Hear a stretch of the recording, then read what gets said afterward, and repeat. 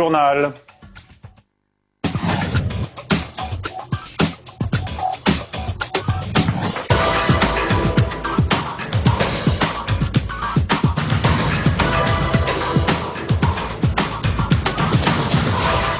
Le 18h, toute l'actualité politique et parlementaire de ce lundi 7 décembre. Voici les titres. Vous êtes les dépositaires des espoirs de l'humanité. Message de bienvenue du Premier ministre danois aux délégués de la conférence sur le climat. 192 pays ont 12 jours pour trouver une riposte commune au réchauffement planétaire. Non, je ne suis pas affecté d'un sarkozysme aigu. Étonnant démenti de Bernard Thibault à l'ouverture du 49e congrès de la CGT à Nantes. Le Sénat vient de voter à son tour la taxation des indemnités versées aux accidentés du travail. Pas de fronde de la majorité sur cette mesure à laquelle tenait fortement le gouvernement. Copenhague doit devenir Open Hague, c'est-à-dire le port de l'espoir, selon le mot de Lars Rasmussen, le Premier ministre danois. Limité à 2 degrés la hausse moyenne de la température, c'est l'objectif du sommet qui s'est ouvert par un petit film catastrophe. Élise Ecardi. Ouverture du sommet de Copenhague, un film catastrophe sur les effets du changement climatique. La fillette est emportée par des éléments déchaînés. De quoi frapper les esprits des 1200 personnes réunies au Bella Center de Copenhague pour assister au plus grand sommet mondial sur le climat jamais organisé. 110 chefs d'État et de gouvernement doivent trouver un accord pour limiter à 2 degrés le réchauffement de la planète. Le Premier ministre danois donne le ton, solennel. Bien sûr, je suis très conscient que les positions des uns et des autres sur les contours de l'accord que nous devons trouver ne sont pas identiques. Et je sais bien que nous allons avoir beaucoup de mal à trouver un terrain commun dans les 2 semaines qui viennent. Car pour y arriver, il faudra mettre d'accord à la fois les pays industrialisés, principaux responsables du réchauffement climatique, et les pays émergents devenus grands pollueurs, comme la Chine, l'Inde ou le Brésil. Tous quasiment ont déjà donné des engagements. Les participants ont maintenant 12 jours pour que ces promesses ne restent pas que de simples déclarations d'intention. La première journée du sommet a été en partie parasitée par l'affaire des courriels de scientifiques piratés en Angleterre, le Climate Gate. Les sceptiques du réchauffement ont été rejoints aujourd'hui par l'Arabie Saoudite, pour qui le niveau de confiance en la science est affecté. Le président du GIEC, le groupe d'experts sur l'évolution du climat, a dénoncé une tentative de discréditer les travaux des scientifiques. Juste pour les uns, inhumaine et ne tenant pas compte des souffrances pour les autres, la fiscalisation, la taxation des indemnités journalières versées aux accidentés du travail a été adoptée il y a un instant par le Sénat, alors que 65% des Français sont contre, selon un sondage publié aujourd'hui par la Fédération des accidentés du travail. Marie Brémaud. Malgré l'impopularité de la mesure, la grande majorité des sénateurs UMP ont pris la même voie que leurs collègues de l'Assemblée nationale. Ils vont taxer les indemnités perçues en cas d'accident du travail. 65% des Français dans un sondage se sont pourtant déclarés contre. L'opposition ne décolère pas, mais on serre les rangs dans la majorité. Les temps sont durs. Je crois que maintenant nous en sommes tous au même point. Il faut être honnête. Il faut essayer de survivre, entre guillemets, financièrement, à une crise qui touche tout le monde. Je crois que tout le monde doit y mettre un peu du sien. La mesure devrait permettre de rapatrier en effet 150 millions d'euros vers les caisses de l'État. Le Sénat, dans un souci de compromis, a apporté des changements au texte venu de l'Assemblée nationale. Seule une partie des indemnités perçues seront taxées, celles considérées comme le revenu de remplacement. Il y a un revenu, les revenus on les taxe. Il y a un handicap, on ne taxe pas l'indemnité qui correspond au handicap. Voilà. Ce n'est pas la première fois que le Sénat se prononce sur le sujet. En 2005, il avait adopté la taxation de l'indemnisation des accidentés du travail. À l'époque, les députés et le gouvernement avaient rejeté la mesure. L'ancien ministre des Affaires étrangères, Hervé de Charette, quitte l'UMP qu'il trouve trop à droite, dit-il. Le député du Maine-et-Loire, qui préside par ailleurs la Convention démocrate, avait l'an dernier dénoncé la direction brejnevienne du parti présidentiel. Par ailleurs, Jean-Luc Romero, ancien secrétaire national de l'UMP, rejoint le socialiste Jean Pauluchon pour les régionales. Bernard Thibault n'a pas ménagé ses critiques aujourd'hui contre la politique de Nicolas Sarkozy. À l'ouverture du congrès de la CGT, il s'en est pris aux réformes visant à plus de flexibilité et de précarité, comme pour faire mentir le reproche de ses opposants d'une trop grande proximité avec le chef de l'État, Nicolas Béard. Pas facile d'être réformiste sans être taxé de trop fréquenter l'Élysée. Bernard Thibault en sait quelque chose. À l'occasion du 49e congrès de la CGT, la question ressurgit. Même si l'actuel leader est assuré d'un 4e mandat, l'aile gauche du syndicat lui reproche de s'être trop éloigné de la base et d'avoir dealé avec le chef de l'État dans la gestion de la crise et l'accompagnement des réformes. On ne voit pas comment la question des retraites publiques-privées pourrait ne pas se discuter avec le gouvernement, puisque c'est le ministre du budget qui est aussi ministre de la fonction publique. Donc, on ne peut pas dire, dans ces cas-là, le syndicaliste va à l'encontre de son rôle parce qu'il va discuter avec le gouvernement. C'est obligatoire. Et l'horizon de la CGT est loin d'être dégagé. La crise n'aura pas fait le plein d'adhérents. Ils sont 650 000 quand le syndicat en escomptait 1 million. La CGT se retrouve face à elle-même, face à ses critiques internes et aux soupçons de connivence avec Nicolas Sarkozy. Des soupçons qui tiennent peut-être davantage à la personnalité du chef de l'État. Je crois que là, on a affaire à quelque chose, je dirais, d'assez inhabituel dans le protocole républicain français, puisqu'il n'était pas de coutume qu'un président de la République s'intéresse d'aussi près aux questions sociales, et d'un autre côté, de quelque chose qui relève d'une civilité ou d'une société parfaitement civilisée dans les rapports qu'elle peut avoir entre le monde politique et le monde syndical. Reste que Bernard Thibault entend rendre la CGT plus pragmatique. Prochain rendez-vous avec l'exécutif au printemps prochain pour la réforme des retraites.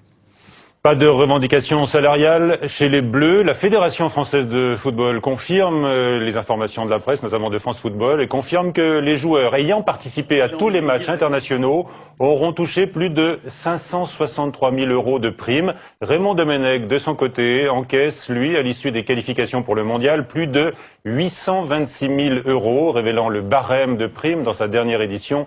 Le quotidien Le Monde rappelle que le passionné de foot pensait naïvement qu'être appelé sous le maillot de l'équipe de France était le rêve de tout footballeur, un rêve sans prix. La suite du 18h avec nos invités. Oui ou non, le sommet de Copenhague est-il déterminant pour l'avenir de la planète ?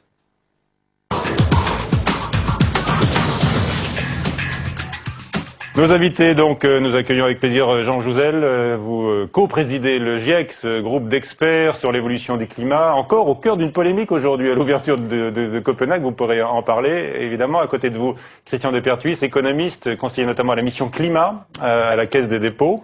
Et puis Gilles Pizon, qui est démographe à l'INED et qui publie ce livre très intéressant, l'Atlas de la population mondiale, car on peut se poser la question, faudra-t-il demain faire moins de bébés pour sauver la planète? On le verra avec vous dans un instant.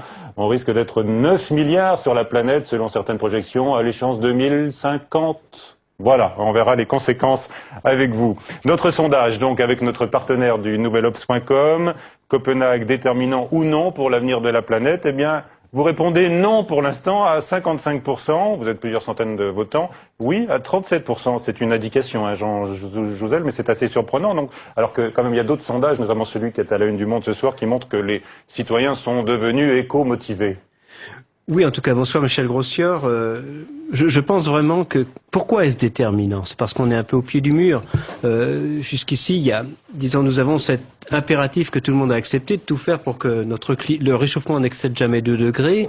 Et pour cela, eh bien, il faut que les émissions de gaz à effet de serre commencent à décroître assez rapidement, avant 2020, alors qu'elles n'ont jamais augmenté aussi rapidement qu'au cours des 10 dernières années. Alors, en raison de l'homme, hein. En raison de nos activités, c'est indéniable. Et donc, il faut absolument que des mesures soient prises, parce qu'à partir du 1er janvier 2013, c'est le grand vide, après l'accord du protocole de Kyoto. D'accord. Alors, bien sûr, l'opinion des grands dirigeants de la planète est déterminante, elle, et on voit l'évolution notamment des responsables chinois et américains, mais l'évolution de l'opinion compte aussi, j'imagine. Oui, bien sûr que l'opinion compte, parce que ce sont... Disons, les mesures doivent s'appuyer sur 3 piliers, un vrai pilier, un véritable pilier politique, jusque depuis les décisions, je dirais, européennes, enfin internationales, européennes, nationales et surtout les collectivités locales, de véritables innovations technologiques et je crois aussi notre comportement. Et comment pouvons-nous modifier notre comportement, je dirais, si nous n'y croyons pas, en gros, quoi. C'est vrai que je crois autant, disons, il faut absolument que le citoyen soit motivé, qu'il adhère à ces problèmes pour changer son comportement. Je crois que c'est nécessaire. Alors, il y a un petit film catastrophe qui a été présenté aujourd'hui en ouverture du sommet. On l'a vu, c'est une petite fille qui dort avec son ours en peluche. Elle dort profondément et puis elle s'éveille soudainement dans un désert au sol craquelé avant d'être submergée par les vagues. Christian Depertuis, c'est ce qui nous menace si on n'arrive pas à contenir à 2 degrés maximum la hausse moyenne des températures. Je crois qu'indubitablement, si on continue à accumuler les émissions de gaz à effet de serre dans l'atmosphère, on se promet un avenir qui n'est pas radieux. Mais moi, je voudrais dire que, précisément, le message de Copenhague, tout ce qui se passe au niveau international et au niveau national, c'est un monde qui est beaucoup mieux que le monde d'aujourd'hui, si vous voulez. Parce que si on met en place une coopération internationale pour réduire les émissions de gaz à effet de serre et faire face au changement climatique, ça oblige de profondément s'attaquer à des problèmes qui de toute façon se posent. Quels sont ces problèmes? Le problème du système énergétique et de l'extraordinaire dépendance que nous avons tous aujourd'hui par rapport aux fossiles. Il faut de toute façon sortir de l'économie pétrolière, de l'économie charbonnière. Le changement climatique nous aide à le faire vite. 2, l'ensemble des questions liées à l'alimentation et à la forêt. 1/3 des émissions mondiales de gaz à effet de serre, c'est la destruction de la forêt tropicale et l'agriculture. On sait que la question alimentaire aujourd'hui est difficile et s'attaquer au changement climatique à l'échelle internationale, ça veut dire trouver les moyens d'une nouvelle coopération pour continuer à accroître les approvisionnements alimentaires en renforçant la sécurité alimentaire et en mettant fin à la destruction de la forêt. En disant cela, Christian Depertuis, vous défendez également l'emploi, hein, on est d'accord? L'activité économique. Bien évidemment. D'accord. Bien évidemment. Mais alors, en face de vous, il y a Yves de Kerdrel, qui est éditorialiste au Figaro, directeur du Journal des Finances. Vous avez publié récemment dans le Figaro un édito assez cinglant, hein, en disant d'accord, il faut protéger les climats, mais il y a peut-être plus important, c'est sauver les emplois. Vous vous situez en contradiction avec ce grand mouvement d'ensemble aujourd'hui qui submerge Copenhague? Allez-y, franchement. C'est vrai que ce grand mouvement d'ensemble qui submerge Copenhague, pour le dire franchement, ça me gonfle un peu. Parce que quand je lis par exemple des certitudes, Monsieur Josel qui dans l'Express dit que nous avons la certitude que l'augmentation des températures n'est pas d'origine naturelle. Il l'a répété là il y a 2 minutes, oui. Des certitudes. Alors moi je suis un libéral donc j'ai pas de certitude. Mais les scientifiques en ont parfois. Oui. Le seul problème c'est qu'on vient de découvrir que le GIEC avait des chiffres qui étaient un petit peu trafiqués. Comme toute la journée, il y a eu. Alors, tout de suite, on parle du Climate Gate. Climate Gate, c'est faut en parler. Oui, on va les faire. On va arriver à des mesures contraignantes à ce sommet de Copenhague. À l'horizon 2040-2050, à partir d'hypothèses qui aujourd'hui ne sont peut-être pas sûres. Alors sur ce point, on écoute Jean Jouzel et vous poursuivez Yves de Kerdrel. Non, qu'on ait des certitudes, je répète qu'il y a des certitudes. Oui, les activités humaines augmentent bien les quantités de gaz à effet de serre dans l'atmosphère, ce qui augmente la quantité de chaleur, disons, accumulée dans les basses couches. Mais surtout, je crois qu'il faut aussi dire qu'on a quand même on se pose aussi des questions. C'est cette idée que de reprendre le GIEC en disant toujours vous avez des certitudes. Bien sûr qu'il y a des certitudes. Je suis sûr que la Terre est ronde. À un moment, si vous voulez, ça commence à bien faire. On a le droit d'affirmer que la Terre est ronde, oui. On a le droit d'affirmer que les gaz à effet de serre viennent bien des activités humaines, je vous l'assure. Donc ceci étant, on peut revenir sur la Climate Gate et son contexte. C'est quand même... Alors on résume. Oui, je crois qu'il faut. Il faut résumer. Donc ce sont des milliers de courriels de scientifiques britanniques qui ont été détournés et manifestement il y avait des choses curieuses dans ces communiqués entre scientifiques, des doutes qui étaient exprimés et qui n'étaient pas destinés à être rendus publics. Mais non, ça ne nous gêne pas du tout. Moi-même j'ai des mails dans ces échanges de courriels. Il y en a que j'ai écrit aux scientifiques Non, mais est-ce que vous avez 2 discours, un discours pour l'opinion puis un discours entre vous scientifiques? Non, je ne crois pas. Mais ce qu'il y a, c'est certain que quand on s'exprime en privé, on ne s'exprime pas de la même façon. Mais pour moi, il n'y a pas matière. Quand Phil Jones dit, par exemple, on est obligé de faire des astuces pour, faire disons, mettre l'ensemble des données, disons, dans un registre commun, c'est tout à fait vrai. C'est ça. Je dirais qu'être chercheur, c'est justement être astucieux, c'est faire preuve d'astuce, de créativité, et c'est pas du tout. Je mets quiconque au défi de dire qu'il y a eu des données qui ne sont pas fiables dans ces données-là, qui d'ailleurs sont complètement confirmées par celles de la NASA. Je veux dire, non, évidemment. C'est un incident, en tous les cas, qui est exploité aujourd'hui. Peut-être que vous allez dire que ce sont les obscurantistes. On a vu aujourd'hui le représentant de l'Arabie Saoudite dire que la parole des scientifiques... Il n'y a pas d'obscurantisme. Il y a le problème du scepticisme qui est tout à fait légitime. Les sceptiques ont le droit de s'exprimer. Là, ils le font de façon très inélégante, c'est le moins qu'on puisse dire. Mais je vous assure qu'on a une réponse tout à fait claire à le problème, je sais pas où est l'inélégance, mais le problème, c'est qu'il y a des chiffres et puis il y a l'interprétation. Ensuite, moi, je suis pas scientifique du tout. Je suis libéral. Vous l'avez dit. Vous avez commencé par le dire. Libéral, voilà. Donc, alors ça veut dire on ne change rien à la dérive. Tolérant, c'est déjà une grande chose. Et c'est idiot de dire qu'on ne sommes pas tolérants. Qu'est-ce que ça veut dire que nous ne sommes pas tolérants? J'ai pas dit ça. Non, mais si, ça veut dire ça quand même. Et ce qui m'intéresse dans ce débat, c'est qu'effectivement, on entend beaucoup de certitudes. Et qui vont conduire à prendre des décisions contraignantes à l'horizon 2040-2050, ce qui est peut-être une bonne chose, hein, peut-être une bonne chose. Moi, je n'en sais rien, mais c'est peut-être une bonne chose. Et moi, je vois actuellement, on est dans une période de crise économique profonde. Je suis pas sûr que ce soit.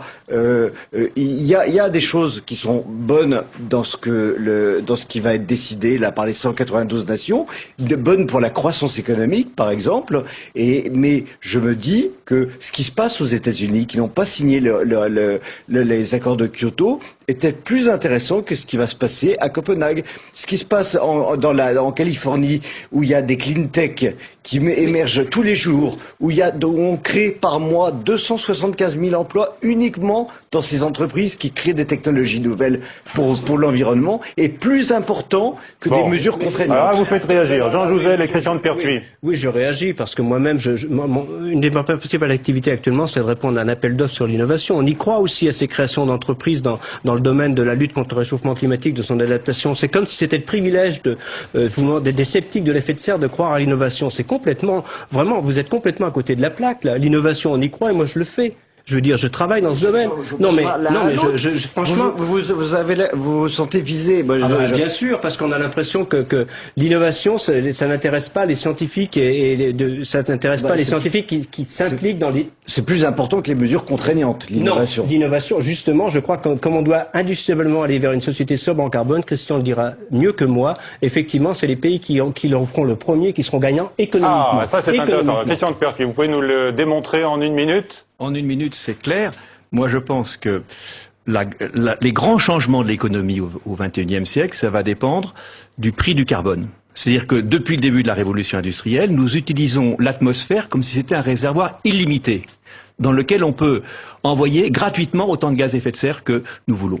Cette ère est maintenant révolue et l'économie mondiale, sur l'énergie et sur l'agriculture et la forêt, va se reconstruire avec des nouvelles technologies, avec des nouveaux modes d'organisation, avec des nouveaux réseaux énergétiques.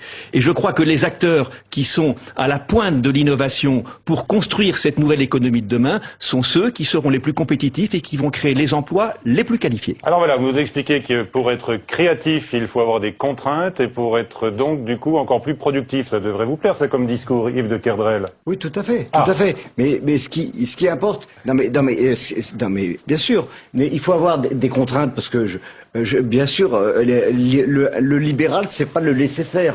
Donc nous sommes d'accord là-dessus. Et il faut une certaine régulation, un cadre, mais qui soit le moins contraignant possible. Il n'y a pas eu de cadre au cours des dernières années. Ça n'a pas empêché l'un des plus gros pollueurs au monde, Lafarge, le patron de Lafarge s'exprimait il y a quelques jours dans les Échos. Ils ont réduit de 18% leurs émissions d'effet de serre, de gaz à effet de serre en 18 ans. En 18 ans. Non, là, je connais très bien la question de ces industriels. Si vous voulez, ils vous donnent des progrès relatifs. Mais à mesure qu'ils font des progrès relatifs, ils augmentent encore plus la production. Donc Lafarge a besoin d'un système de prix dans lequel on lui met le coût d'émettre une tonne de CO2.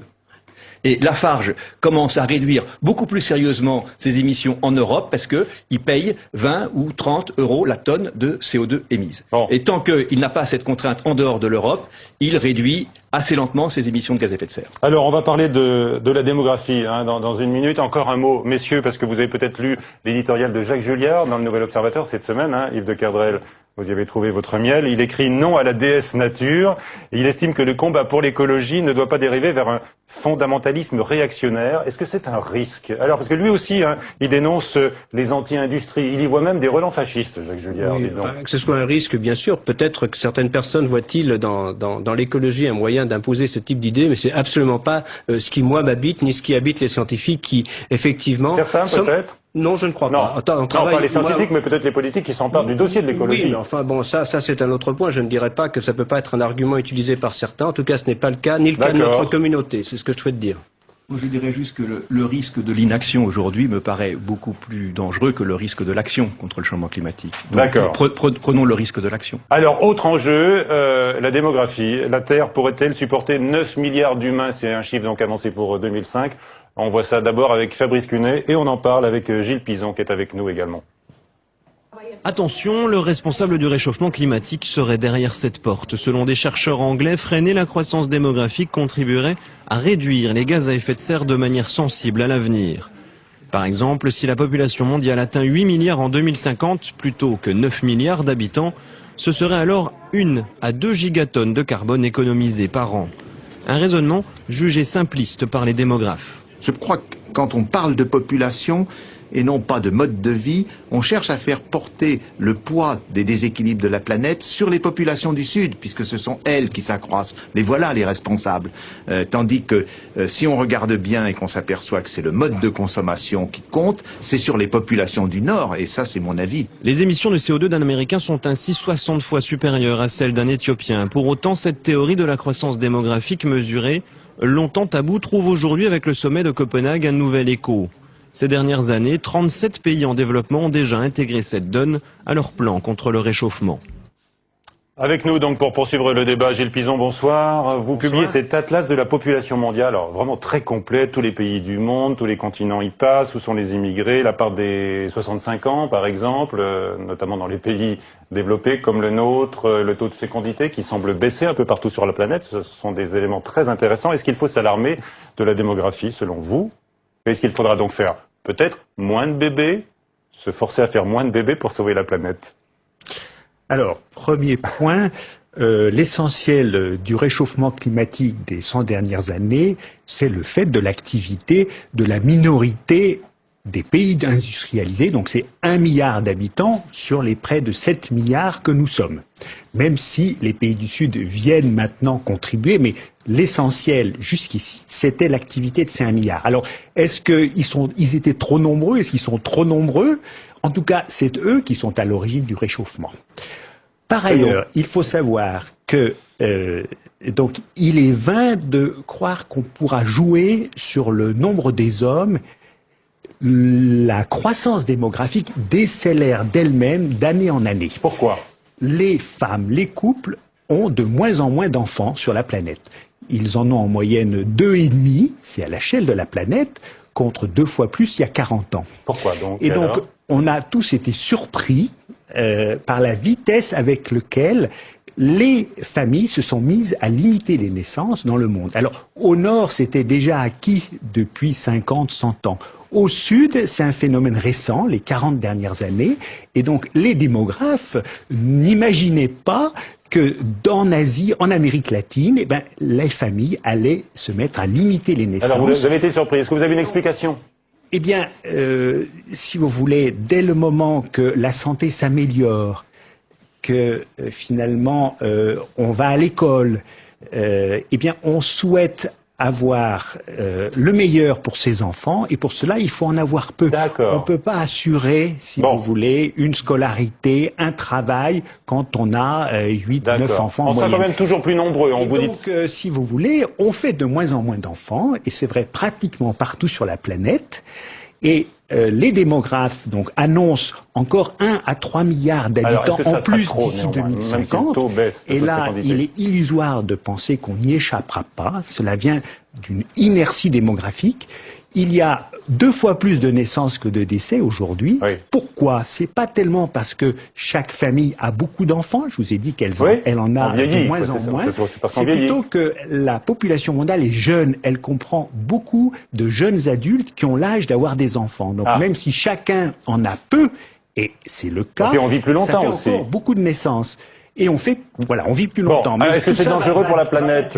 Donc, en 2050, on serait autour de 9 milliards, peut-être plus, peut-être un peu moins. Il y a une incertitude des projections, mais surtout, la population ne s'accroîtra plus beaucoup. Ah, d'accord.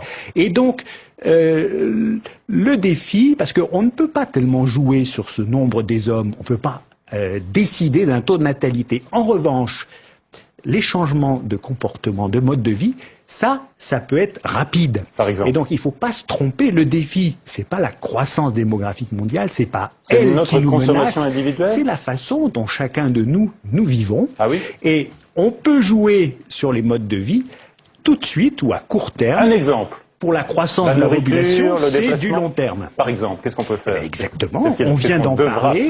C'est individuellement. Notre production de gaz carbonique par toutes nos activités. Ah, mais il y a eu le problème de la consommation d'énergie. On ne sait pas si on pourra produire autant de produits agricoles pour 9 milliards d'individus. La question de la nourriture, c'est pas la vraie question. Ah bon. On n'est pas menacé, si vous voulez, de famine généralisée. Les 7 milliards d'aujourd'hui mangent mieux, meurent moins à leur faim que le milliard que nous étions il y a 2 siècles. Bon, là encore, les progrès de l'agriculture, de la science. Oui, d'un point de vue de climatologue, bon, c'est vrai que si nous voulons stabiliser notre climat, vaut mieux que nous stabilisions nos émissions de gaz carbonique. Disons que si nous devions atteindre 3 milliards de tonnes de carbone chaque année, si nous sommes 6 milliards, ça fait 500 kilos par personne. Si nous sommes 9 milliards, ça fait 350 ou à peu près. Je pense que si nous sommes capables d'atteindre 500 kilos par personne, nous serons capables, au prix d'innovation technologique, de changement de comportement, d'atteindre 350 kilos.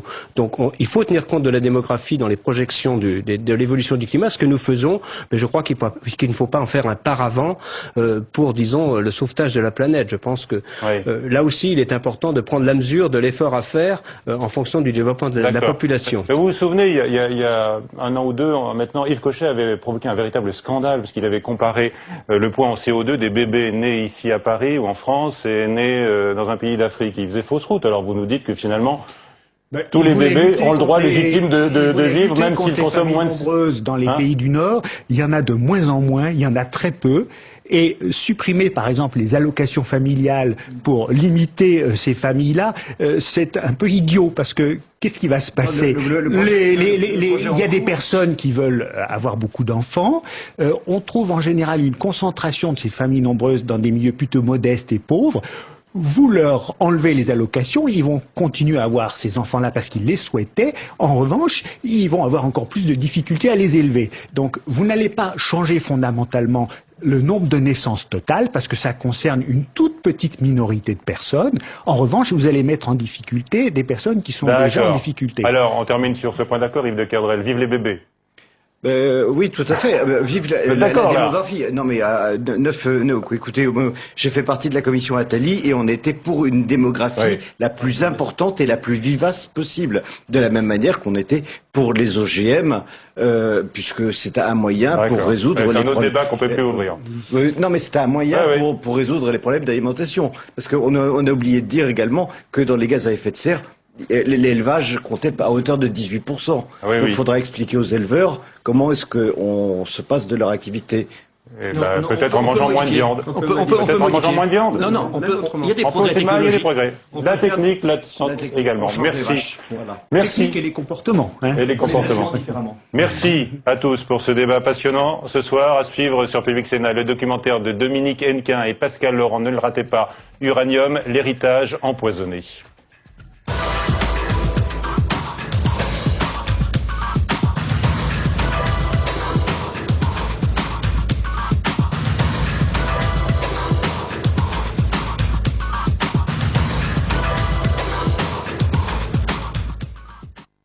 Le lundi, des documentaires vous emmènent sur le terrain pour découvrir les problématiques qui agitent la France et le monde d'aujourd'hui. Des enquêtes, des reportages, des images, des témoignages et beaucoup d'inédits. Les lundis docu, C'est sur Public Sénat à 18h30 et 22h30.